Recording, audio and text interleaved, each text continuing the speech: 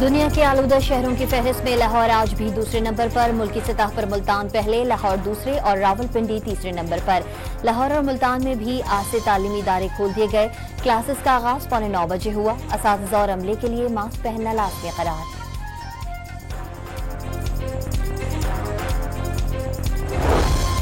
ناکارہ طیارے کی کراچی سے حیدرآباد منتقلی شروع۔ طیارے کو براستہ سڑک گھارو، ٹھٹا اور ٹنڈو محمد خان سے حیدرآباد منتقل کیا جائے گا۔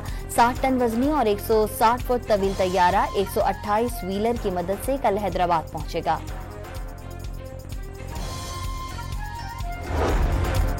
امریکہ کا دہشت گردوں کے ہاتھوں پاکستان کو نقصان پہنچنے کا اعتراف۔ پاکستان میں بڑھتے دہشت گردی کے واقعات پر اظہار تشویش۔ دہشت گردی کے خطرات سے نمٹنے میں پاکستان کے ساتھ رابطے میں ہیں۔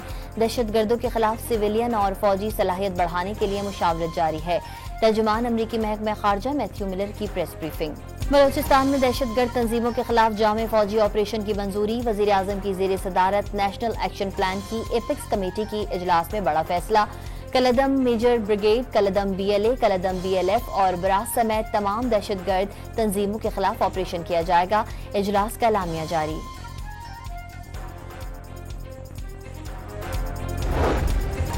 آئین پاکستان سب سے مقدم۔ جو کوئی بھی پاکستان کی سیکیورٹی میں رکاوٹ بنے گا، کام کرنے سے روکے گا، اسے نتائج بھگتنا ہوں گے۔ آرمی چیف کا دو ٹوک پیغام۔ دہشت گردی کی جنگ میں ہر پاکستانی کو سپاہی قرار دے دیا۔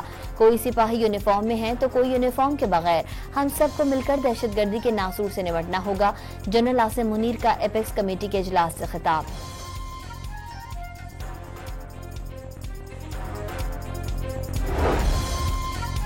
ہر موقع پر دھرنا کیا یہ پاکستان کے مفاد میں ہے۔ ملک اس وقت دھرنے، جلوس اور لانگ مارچ کا متحمل نہیں ہو سکتا۔ خوشحالی کے لیے مل بیٹھ کر فیصلہ کرنا ہوں گے۔ بعض معاملات پر تفصیل سے بات کرنا ہوگی۔ وزیر اعظم کا ایپیکس کمیٹی کے اجلاس سے خطاب۔ شہباز شریف نے ترقی کے لیے معاشی اور سیاسی استحکام ضروری قرار دے دیا۔ کراچی میں عالمی دفاعی نمائش آئیڈیاز 2024 جاری۔ 55 ممالک کے نمائندے اور 33 وفود شریک۔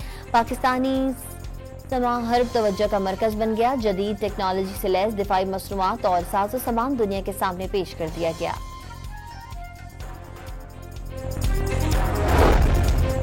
بانی پی ٹی آئی کی بیرسٹر گوہر اور علی امین گنڈاپور کو اسٹیبلشمنٹ سے مذاکرات کی اجازت، کل تک کا وقت دے دیا۔ چوری شدہ مینڈیٹ واپس مل جاتا ہے تو 24 نومبر کا احتجاج جشن میں تبدیل ہو جائے گا۔ کارکن جمعے سے راولپنڈی پہنچنا شروع ہو جائیں۔ راولپنڈی اور اسلام آباد کے کارکن باہر سے آنے والوں کو رہائش فراہم کریں۔ حلیمہ خان کے اڈیالہ جیل کے باہر میڈیا سے گفتگو۔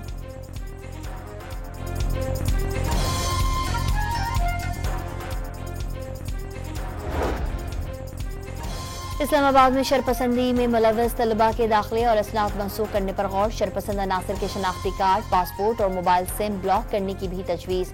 پولیس کا آنسو گیس کے 40,000 شیل خریدنے کا فیصلہ۔ 2,500 بندوقیں، 50,000 ربر کی گولیاں اور 5,000 اینٹی رائٹس کٹس منگوا لیں۔